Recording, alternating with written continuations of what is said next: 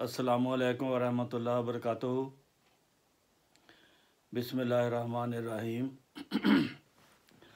नाज़रीन, ये अल-शफ़ा homeopathic centre 111 YouTube channel है। इसमें हम रोज़ाना एक दवाई का ज़िक्र करते हैं।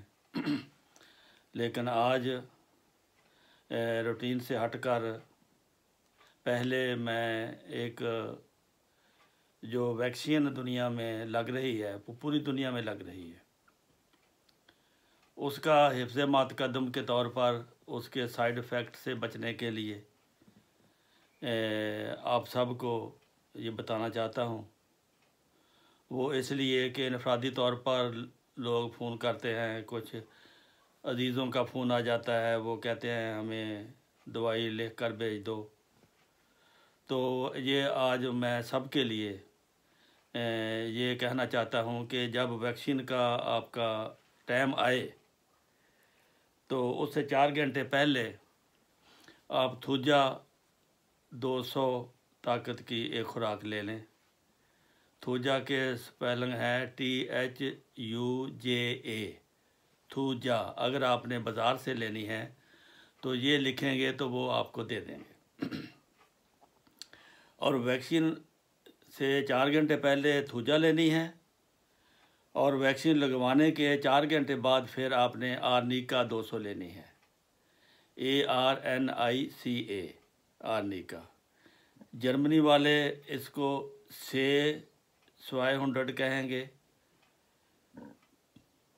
और जर्मनी से बाहर जो मुल्क हैं अंग्रेज़ी बोलने वाले, वो आप सीधा कहेंगे कि हमें 200 की थूजा दे दो, 200 की आर्निका दे दो, वो आपको मिल जाएगी। वो महफूज रख लें एक फ़ैमिली के लिए। एक दफ़ा ही एक ये शीशियाँ काफ़ी हैं, ये ख़त्म होने वाली नहीं होती जल्दी। 2 कतरे पानी में डालकर पीने होते हैं, या खांड में डालकर खा लो, या ज़ुबान पर 2 कतरे टपका लो। उसके बाद फिर आधा घंटा पहले और बाद कोई चीज़ ना खाएं। ये है। अगर इसके बावजूद भी आपको कोई बुखार या सिर दर्द या भारीपन होता है तो आप फिर बेलाडोना और एकोनाइट 200 की एक खुराक ले सकते हैं। उससे इंशाल्लाह बुखार भी ठीक हो जाएगा और आपको जो ज़हनी कोफ्त है वो भी दूर हो जाएगी। तो ये था आप सबसे पहले पूरी दुनिया को, पूरी व्यूवर को जो ये यूट्यूब चैनल देखते हैं, पढ़ते हैं, सुनते हैं, उनके लिए है कि वो वैक्सीन चूँकि सबको लगनी है, इसलिए जिनको लग गई है उनको तो लग गई है, जिनको नहीं लगी तो वो ये एहतियात कर लें, पहले थूजा खा लें, बाद में आर्निका खा लें, तो वैक्सीन का अमल जो है वो जारी रहेगा। आपको कोई साइड इफ़ेक्ट अल्लाह के फजल से नहीं होगा, तो आप साइड इफ़ेक्ट से बचे रहेंगे। तो अल्लाह ताला आप सब को शिफा दे। तो आज की दवाई जो है वो बुखार के मुतल्लिक़ है, ख़ास तौर पर मलेरिया बुखार के मुतल्लिक़। इसका नाम है चैनिनम सल्फ़, यानी सल्फ़ेट ऑफ कोनीन। कोनीन जो है ये मलेरिया बुखार के लिए बहुत इस्तेमाल होती है हमारे मुल्कों में।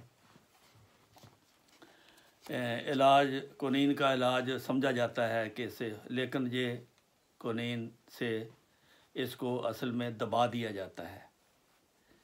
इसके जब कोनीन खून में जाती है तो जो मलेरिया पैरासाइट होते हैं वो भाग कर फिर पनाह लेते हैं जिगर में या तिली में,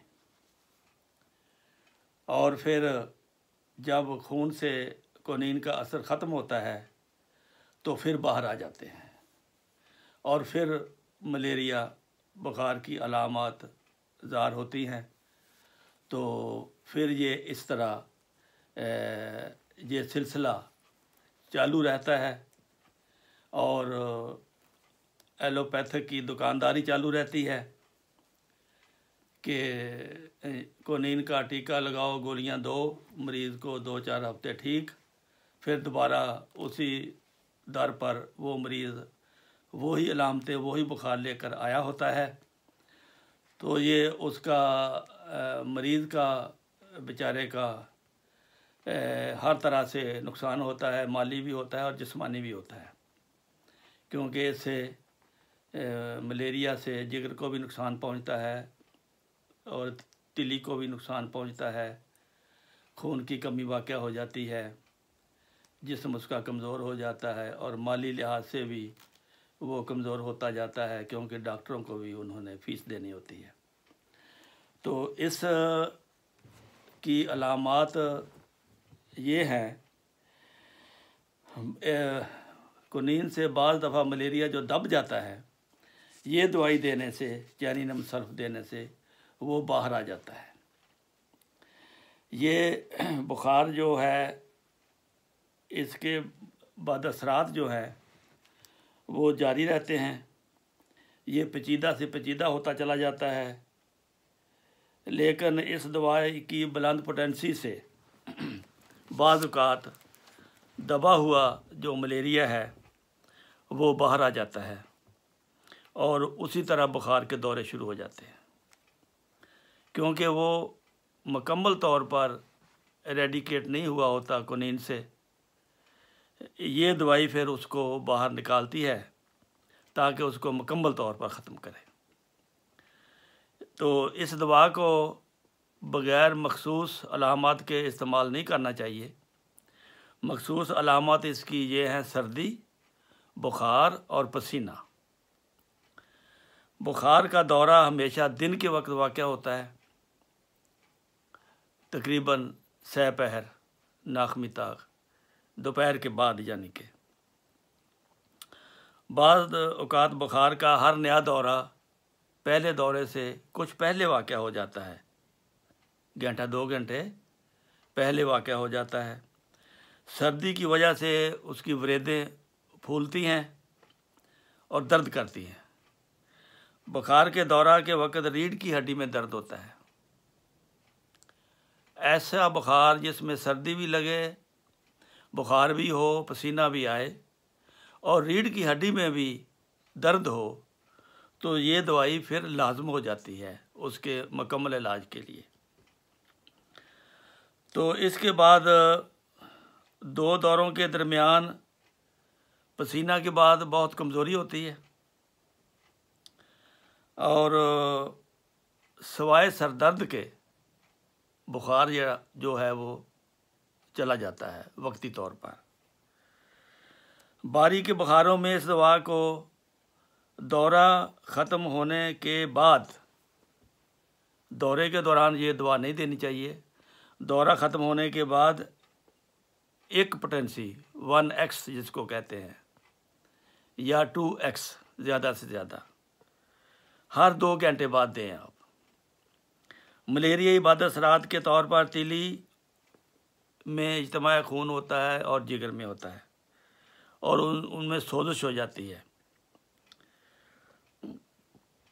और जिगर बढ़ जाता है, तिली भी बढ़ जाती है। मलेरियाई बाद असरात के नतीजे में तिली के बढ़ने के साथ जिगर भी बढ़ जाता है और फिर कानों में घंटियाँ बजती हैं और बहरापन हो जाता है। चूँकि ये दौरादार मर्ज़ है, इसलिए असाबी दर्द हर रोज़ एक ही वक्त में शुरू होंगे। ऐसे दर्द असाबी जिस्म के अंदर कहीं भी असाब में यानी कि पट्ठों में ऐसे दर्द जो दौरे की सर में शुरू हों, दौरे की शक्ल में, उसके लिए भी ये दवा बड़ी कारआमद है। चेहरे का असाबी दर्द नहायत बाकायदगी से दौरा की शक्ल में पैदा होता है, चेहरे में दाएं या बाएं, और इसे दबाने से आराम आता है। इस तरह जिस्मानी रतूबत के अखराज से बहुत कमज़ोरी जो हो जाती है, उसका दिमाग की जड़ से दुमची की हड्डी तक यानी पीछे खुत्ती से लेकर नीचे दुमची की हड्डी तक जो रीढ़ की आखिरी हड्डी है, छूने से, दबाने से, हाथ लगाने से दर्द होता है, ये इस दवा की अलामत है। हर किस्म के मलेरिया के साथ जबकि इस दवा की दोरैयत और रीढ़ की दुखन मिलें तो इस दवा को ज़रूर सामने रखना चाहिए। अमराज का दौरा की शक्ल में एक ही वक्त पर वाक़या होना बाज़ औक़ात बारी के बुखारों में अपने वक्त से पहले शुरू हो जाते हैं, जैसे कि पहले ज़िक्र हो चुका है। बग़ैर दर्द के खूनी पेशाब आता है। ऐसी हालत में फिर मरीज़ समझता है मुझे गर्मी हो गई है, कुनीन खा खा के गर्मी हो गई है, बुखार की गर्मी हो गई है, पेशाब जो है वो सुर्ख रंग का आता है, बल्कि खून मिला आता है, दर्द के बग़ैर आता है। तमाम अखराजात जो होते हैं वो कमज़ोर करने वाले होते हैं मरीज़ को। तो ये है, मरीज़ कहता है कि मेरी चारपाई से मैं नीचे जा रहा हूँ, ज़ुबान साफ़ होती है, तो इसकी मेन अलामत जो है, मरकज़ी अलामत जिसको कहते हैं, इंतहाई पाबंदी के साथ दौरों का वाक़या होना। घर के लोगों को भी, मरीज़ को पता होता है कि अब ये दौरेदार है, एक दिन छोड़ के एक दिन आता है, इस वक्त आता है। उनको पहले ही पता होता है कि अब इसके दौरे का टाइम शुरू हो गया है। तो रीढ़ की हड्डी में दुखन, दर्द आम मलेरियाई अलामतें, तो ये इसकी मरकज़ी अलामत है। तो इससे आप फ़ायदा उठाएं और खुदा की मखलूक को भी आगे भेज कर और चैनल को सब्सक्राइब करके सवाब में आप शामिल हों, इस नेकी में शामिल हों। ये खिदमत खलक है, जो सदका जारिया है, इससे आप हिस्सा लें। अल्लाह ताला आपको इसकी तौफीक दे। बाकी इंशाअल्लाह आइंदा। अस्सलामु अलैकुम व रहमतुल्लाहि व बरकातुहू।